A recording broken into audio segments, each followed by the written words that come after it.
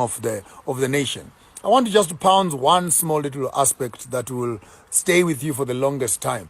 That if your body is full of sugar, this artificial sugar that we have, you develop what we call an acidic stomach. An acidic stomach. And when your stomach is acidic, bacteria breeds in acidic environments. Viruses thrive in acidic environments. Bo Coca-Cola, bo Fanta, bo Sprite, bo cakes, bo biscuits, bo sweets, all these things that are artificial, they actually make your blood sweet. And when your blood is sweet, it is acidic. And then it breeds more viruses inside. On the contrary, if you eat the bitter herbs, such as lemons, such as garlics, such as gingers, and chlorophyll, in all these plants that are green, your body becomes alkaline. Say after me, alkaline. And even now, you can go to a laboratory lab and pick up the coronavirus and put it in an alkaline solution. It will not survive. Why? Because alkalinity kills bacteria. That's why they're telling us to drink water. When you drink water and the coronavirus goes to your stomach, because your stomach is actually alkaline, your stomach is able to digest the bacteria and kill it. The only problem of corona is that if it goes through your nose and you don't drink enough water or you don't blow it out, actually then the virus moves from your nostrils into your lungs. And you know very well that you got two tubes here, one tube that goes into your stomach, the other tube that goes into your lungs. Then corona decides to move into your lungs rather than into your stomach. If it goes for your stomach, oh well, that is food. It will be digested and swallowed into the system. But the best way of keeping our bodies healthy, therefore, is to go back again on eating on colors. Greens, our oranges, our purple fruits, and etc. Have that diagram in you and understand that from that diagram, you can actually design your own diet that will fit with you. And then the book of Genesis says, he gave us all the trees and all the herbs, all the flowers and all the grass for food. And I don't know how I can shout louder than this, because humanity must understand that we come from the dust. And because we come from the dust, the energy is from the dust. The medicine is from the dust. These trees that you see around here, their roots are in the dust where we came from.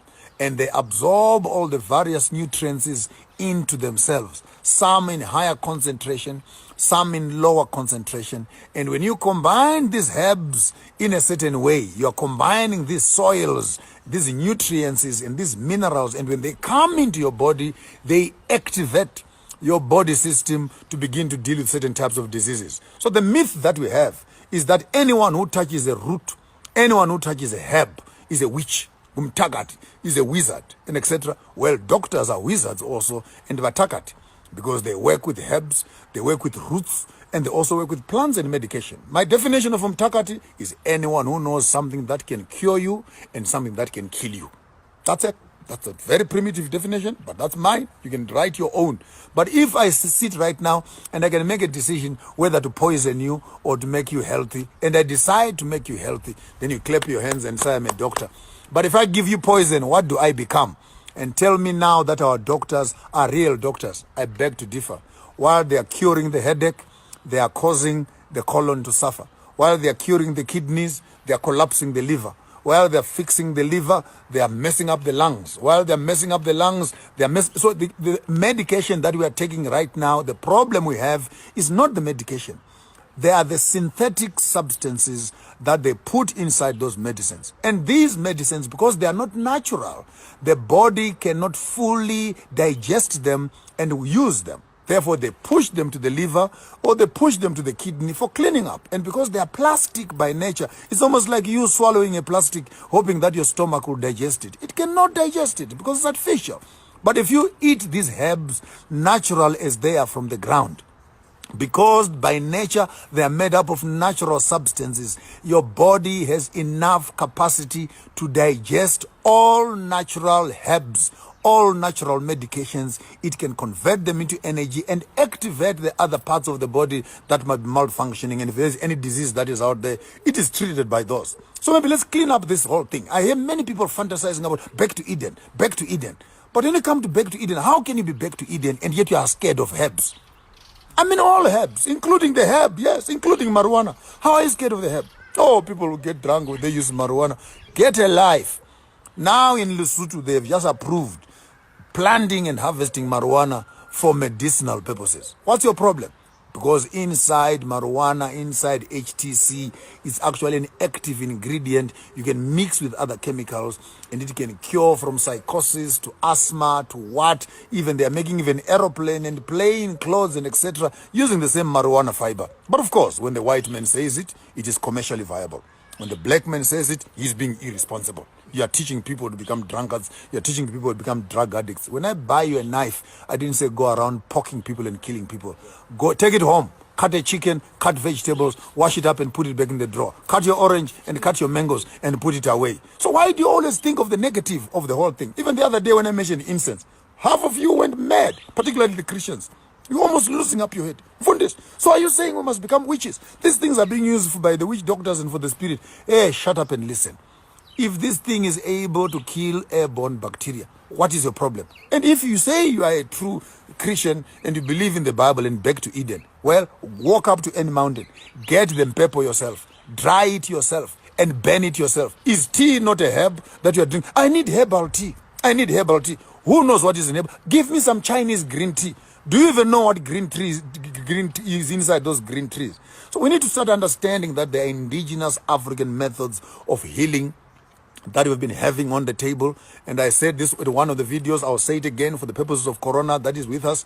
That, if, for example, sanitize your environment, sanitize the air you are living in. And not only that, if you feel your chest is getting a bit heavy, boil some water, get some guava leaves, get some gum tree leaves, put them in a hot bucket, take a big blanket, cover yourself and fumigate that bacteria out of your system. In case you feel your body is becoming a little bit weak, walk up to the market in town. There's no need for a witch. Go and buy the African potato, buy some garlics, buy some ginger, put it in a fruit blender mix it up for yourself and toxic that bacteria out of your system. There is nothing poisonous about our herbal stuff. Just do everything and do it in moderation. In as much as you can take all the good tablets and drink all of them, will you not have committed suicide? So don't come around with those weak lines of telling me that the whole issue is that Christianity has taught the African that African things are inferior to the tested European test tube technologies. And at the end of the day, you must understand this, and I'll say it louder. I wish Dr. Selby was still around with us. The hospitals and the pharmaceuticals, their business is not your health. Your sickness is their business, if that makes sense. They are not in the business of making you well.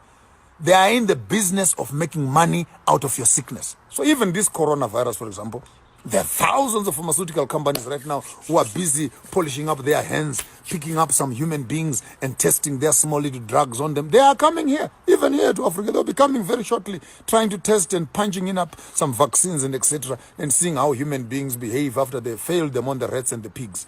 But we cannot always become guinea pigs of Western civilization. Some solutions are as close to our doorsteps as is our plants to our gardens. So convert some of your gardens into herbal gardens.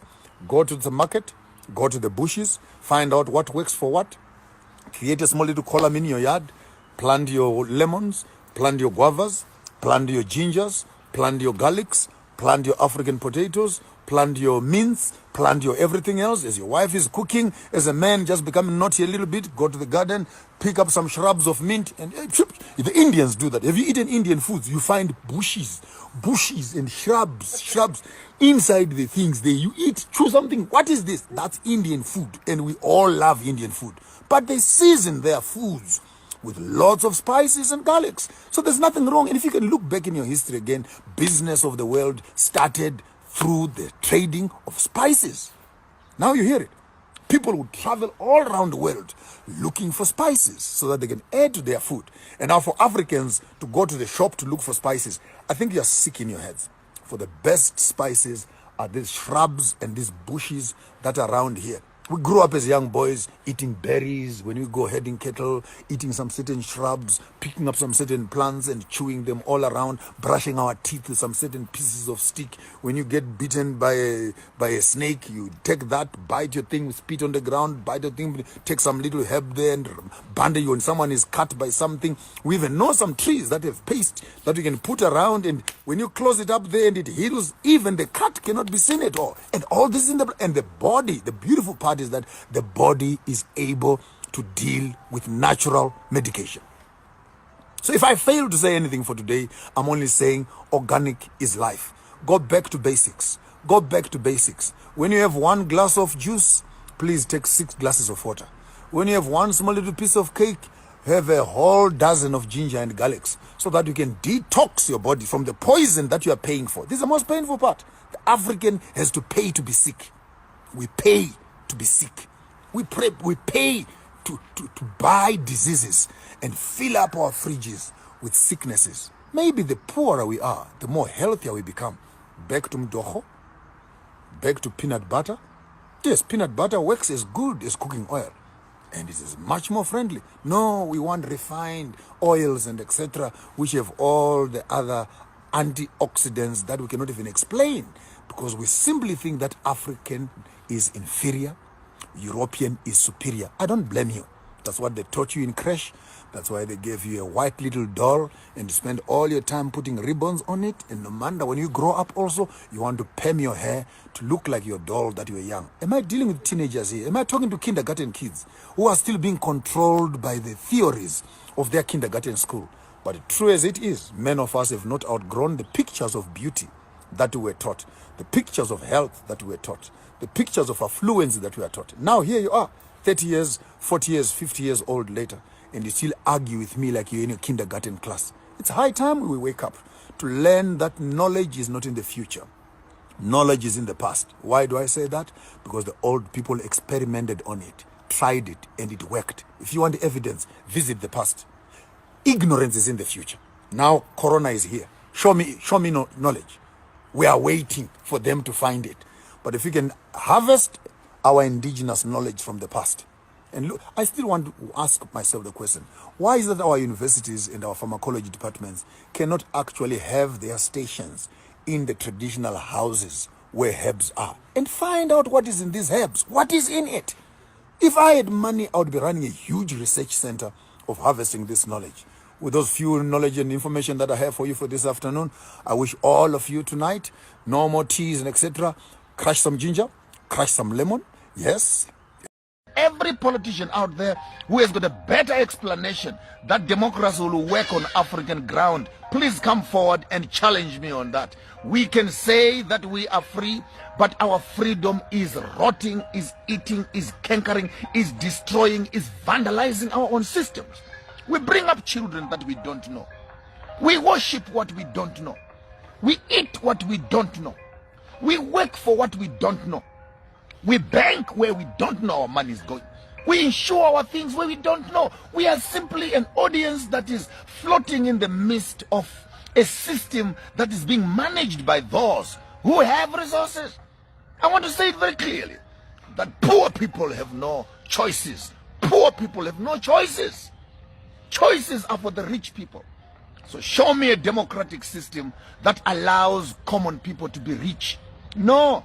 Democracy is actually a fine-tuned system of capitalism, some small little elements of socialism and a little bit here and there of some hierarchical and cultural tolerance. But democracy, in all honesty, is not a system that was built by Africans, to be maintained by Africans, to be assumed by Africans. Our form of governance as Africans is Ubuntu. Ubuntu is our governance. I am because you are. It does not make sense that Africa can have so many resources, yet Africa still languishes in poverty. We have banks that we don't own.